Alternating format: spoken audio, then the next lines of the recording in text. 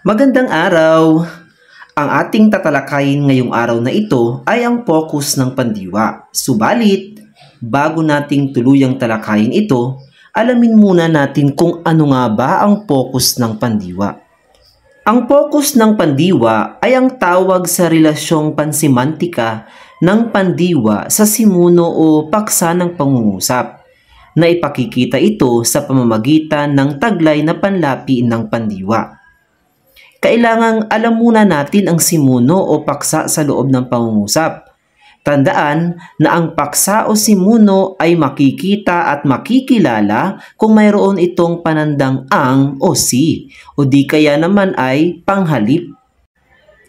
Mayroon tayong 7 focus ng pandiwa. Una, focus sa tagaganap o aktor. Pangalawa, focus sa layon o goal. Pangatlo, focus sa tagaganap o benefactive. Pang-apat, focus sa ganapan o locative. Panlima, focus sa kagamitan o instrumental. Focus sa sanhi o causative ang pang-anim. At ang huli, focus sa direksyon. Focus sa tagaganap o aktor. Ang paksa ang tagaganap ng kilos o isinasaad ng pandiwa sa pangungusap. At ito ay sumasagot sa tanong na sino? Mag, mang, ma, maka, makapag, maki, at magpa ang madalas gamitin na panlapi. Halimbawa, una, naglunsad ng proyekto ang mga kabataan. Naglunsad, pandiwa. Ang mga kabataan, paksa. Nagluto ng masarap na ulam si nanay. Pandiwa, nagluto.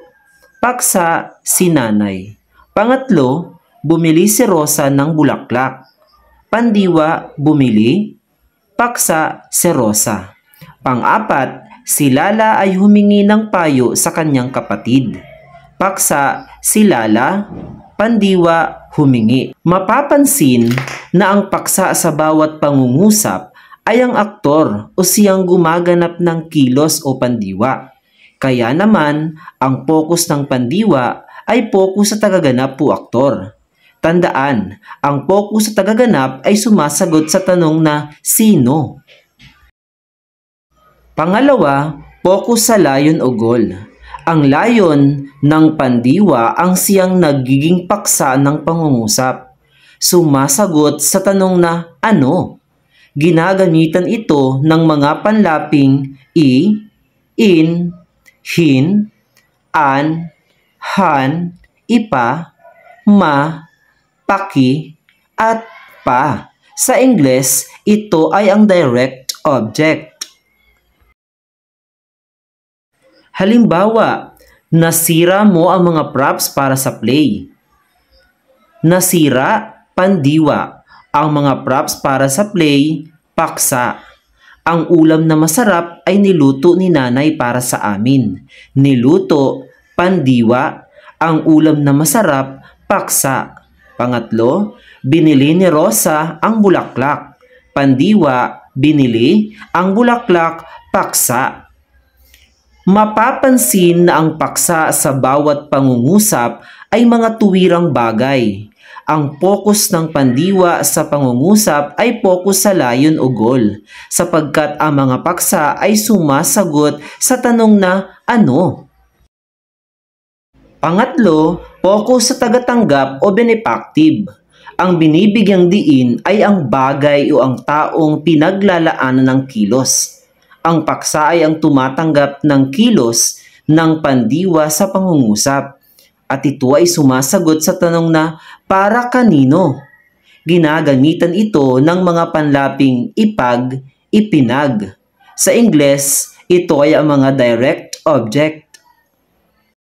Halimbawa, kami ay ipinagluto ni nanay ng masarap na ulam. Pandiwa, ipinagluto. Paksa, kami. Pangalawa, ibinili ni Rosa ng bulaklak ang mahal na berhen. Ibinili, pandiwa, ang mahal na berhen, paksa. Ang paksa sa mga pangungusap ang nagsisilbing kalaanan o ang tumatanggap ng kilos o pandiwa. Sinasagot nito ang tanong na para kanino, kung kaya ang focus ng pandiwa ay focus sa tagatanggap o benefactive. Pang-apat, focus sa ganapan o locative. Ang focus ay nasa lokasyon. Ang paksa ay ang lugar na ginaganapan ng pandiwa ng pangungusap. Sumasagot ito sa tanong na saan? Pag, an, han, ma, an, pang, an, mapag, at an ang mga panlaping karaniwang ginagamit dito. Halimbawa, una, pinagtaniman namin ang bukiran ng maraming gulay. Pinagtaniman, pandiwa, ang bukiran, paksa. Pangalawa, pinuntahan namin ang kusina ng bahay para magluto ng masarap na ulam. Pinuntahan, pandiwa, ang kusina, paksa. Pangatlo, ang tindahan ang pinagbilhan ni Rosa ng bulaklak. Pinagbilhan, pandiwa, ang tindahan, paksa. Pang-apat, pinagdausan ng paligsahan ang bagong tayong entablado. Pinagdausan, pandiwa, ang bagong tayong entablado, paksa.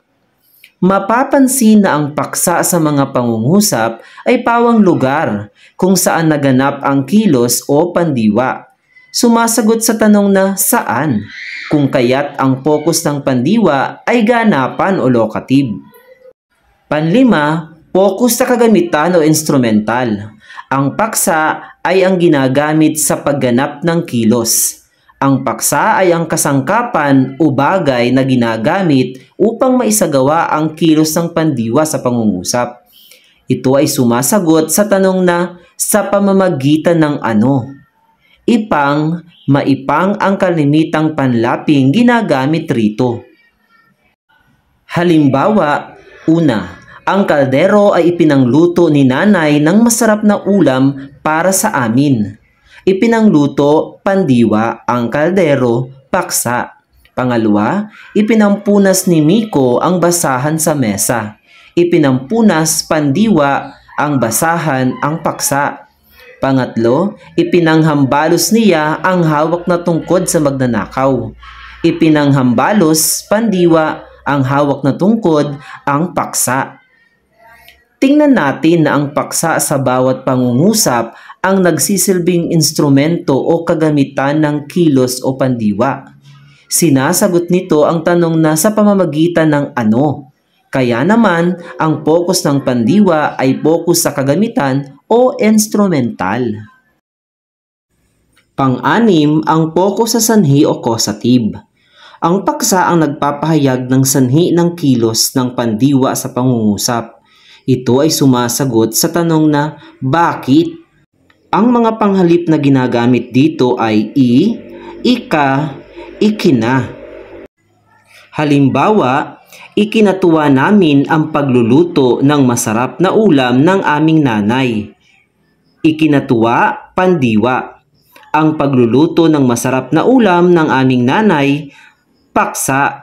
Pangalawa, ikinatuwa ni Ines ang pagbili ng rosas ng kanyang nobyo para sa kanya.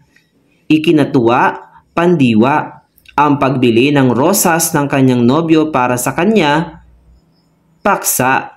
Pangatlo, ikinalungkot ng bata ang hindi nila pagkikitang mag-anak. Ikinalungkot, pandiwa, paksa ang hindi nila pagkikitang mag-anak. Ang simuno o paksa sa bawat pangungusap ay ang dahilan o sanhi ng kilos, bunga ng pandiwa ng isang pangyayari. Ang focus nito ay focus sa sanhi o causative sapagkat sinasagot nito ang tanong na bakit. Pampito, focus sa direksyon. Ang paksa ang nagsasaad ng direksyon ng kilos ng pandiwa sa pangungusap. Sumasagot ito sa tanong na tungo saan o kanino. An, han, in at hin ang mga panlaping madalas gamitin dito. Halimbawa, Una, sinulatan niya ang kanyang mga magulang. Sinulatan, pandiwa, ang kanyang mga magulang ang paksa. Pangalawa, pinuntahan ni Henry ang tindahan para mamili ng kagamitan. Pinuntahan, pandiwa, ang tindahan, paksa. Sinasagot ng paksa sa bawat pangungusap ang tanong na saan patungo o kanino patungo. Kaya naman ang focus nito ay focus sa direksyon. Upang higit pa ninyong malaman ang mga focus ng pandiwa, narito pa ang ilang mga halimbawa. Si Ate Flor ay nagluto ng adobong manok. Ito ay aktor. Ang adobong manok ay niluto ni Ate Flor. Ito naman ay focus sa goal. Ang kawali ay pinaglutuan ni Ate Flor ng adobong manok. Ito naman ay nasa focus na locative. Si Nanay ay ipinagluto ni Ate Flor ng adobong manok. Ito ay nasa focus benefactive. Ang sandok ay ipinangkuha ni Ate Flor ng adobong manok sa kawali. Ito naman ay nasa focus instrumental o kagamitan. At panghuli, ang pagluluto ni Ate Flor ay kinatuwa ng nanay. Ito naman ay nasa focus na causative o sanhi. Ngayon ay dahil alam nyo na ang iba't ibang focus ng pandiwa, sagutin natin ang mga pagsasanay upang mas lalo pa kayong maging sanay sa focus ng pandiwa. Panuto. Anong focus ng pandiwa ang ginamit sa sumusunod na pangungusap? Una, ang puting tuwalya ay ipinampahid niya sa kanyang braso.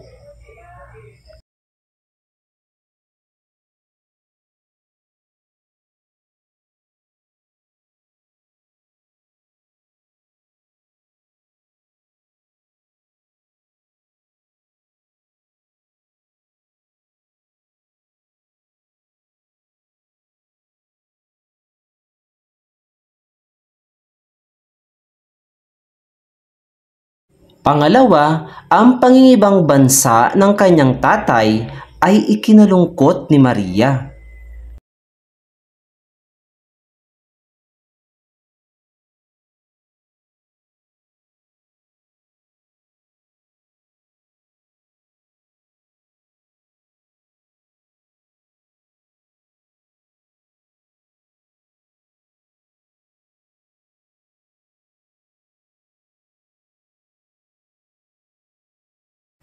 Pangatlo, si Ginoong Ramirez ang nagtatag ng organisasyong ito.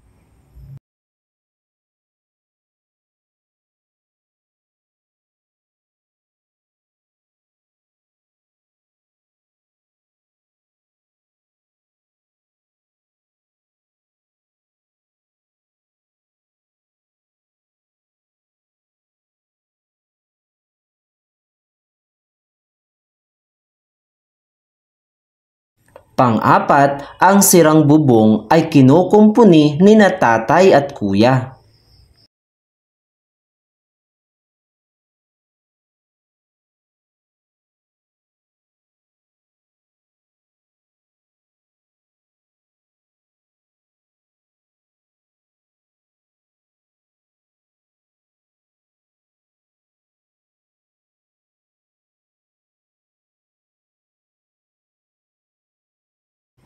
Panlima, ang malaking palanggana ay pinaghugasan niya ng maruruming basahan.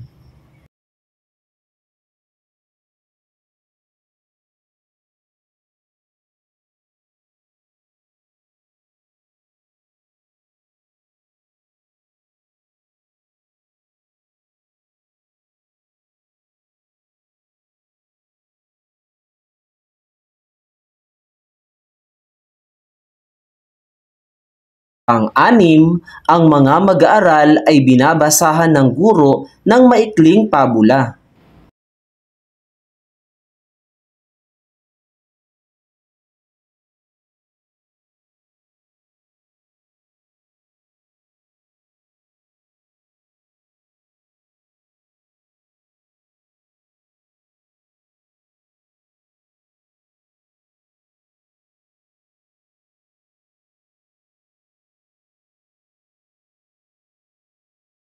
Pampito, ang makapal na jacket ay isinuot ni Regina.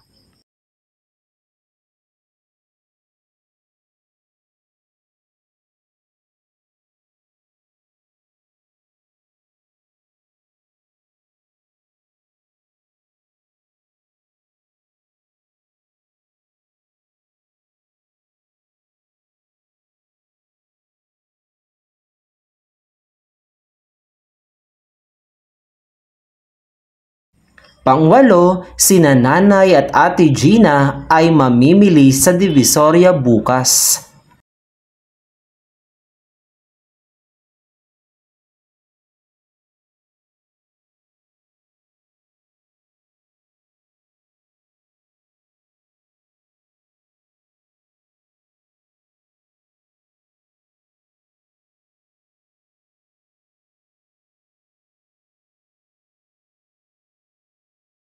Pansiyam, ang paulit-ulit na pag-akyat baba ni Mercy sa hagdanan ay ikapapayat niya.